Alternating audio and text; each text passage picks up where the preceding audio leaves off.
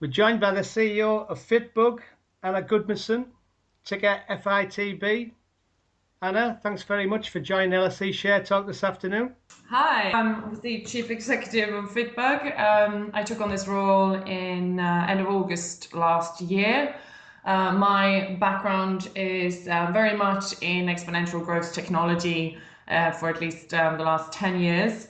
I'm just looking at Fitbug. It's been listed on the AIM market for over 10 years, but the company seems to be now going in a very different place from where it first started. Can you provide us with a little more information on the company and your current strategy? Yeah, no, absolutely. I think that, the company has gone through a number of different turns, and obviously the market has changed a lot over the last 10 years. But even just looking at today, where the focus is and what we're doing today to just a year ago is quite different. So a year ago, the company was very focused on the B2C, as in the consumer retail market for activity trackers. And so one of the things I did when I started was take a look at the return in that space, also cost per acquisitions, and analyze where that market was going. And it was very difficult to see that we would be able to be successful there.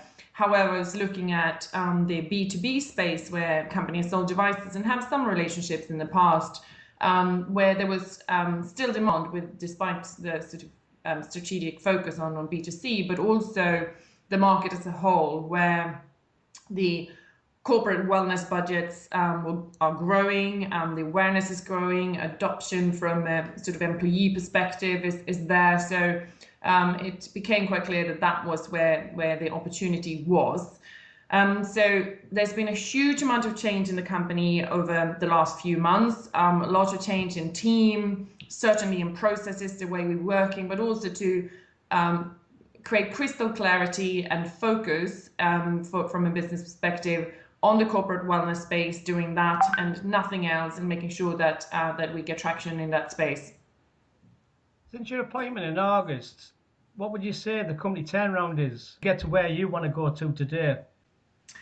Yeah, so I think it's a little bit of sort of what I just mentioned. So what was important was to define very clearly what our focus needed to be, and restructure the company accordingly. We have a completely new board. The management team is new. Obviously, our metrics and targets, as well as the product roadmap, the business model for obvious reasons. The budget looks different. We've been able to substantially reduce sales and marketing costs because we're working with strategic partners and so on. So I think there is not a single part of the business that has not been affected by the change since August last year. And we've been able to bring an integrated B2B offering to market in a very short period of time.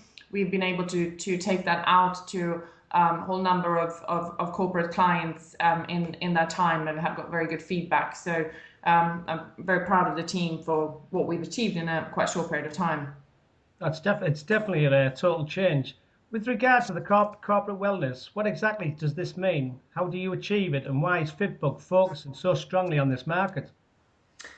Yeah, so it's really fascinating how rapidly this is changing. When we're out speaking now to large corporates, that we don't have to do any evangelizing or education. I think especially the larger companies that have a large workforce are very, very aware of the benefits of having these kind of preventative programs. So they're looking at different benefits from rolling these out. I think in the US in the US it's very focused on insurance premiums and very ROI focused. There is definitely an importance of that on this side of the pond as well, and rest of the world. Whereas they were looking at a slightly wider perspective. So it includes things like talent attraction and retention. It is obviously things like absenteeism, both long and short term, which costs companies an enormous amount of money. And then others are looking at productivity, as well as obviously insurance premiums and so on. So I think that is on the employer side.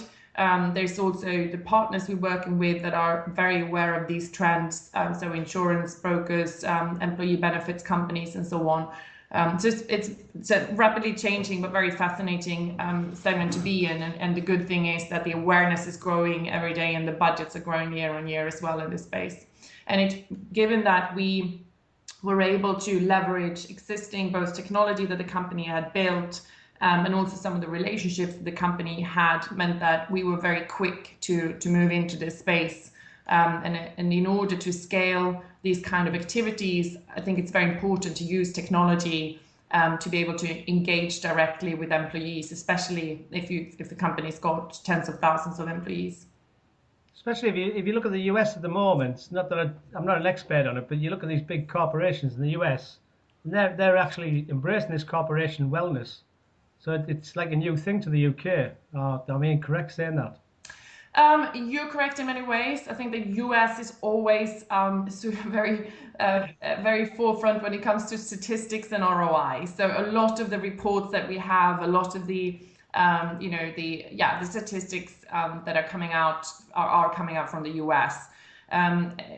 Given that very often companies look at their KPIs and measuring the outcome of these kind of programs over maybe 3 years, so between 1 and 3 years, it's not that many solutions that have existed the same way that they exist today over the last 3 years. And obviously the market and even things like wearable trackers have changed enormously over the last few years. But yes, especially when it comes to relating these kind of activities to insurance premiums and insurance costs, the US is definitely quite far ahead on that journey.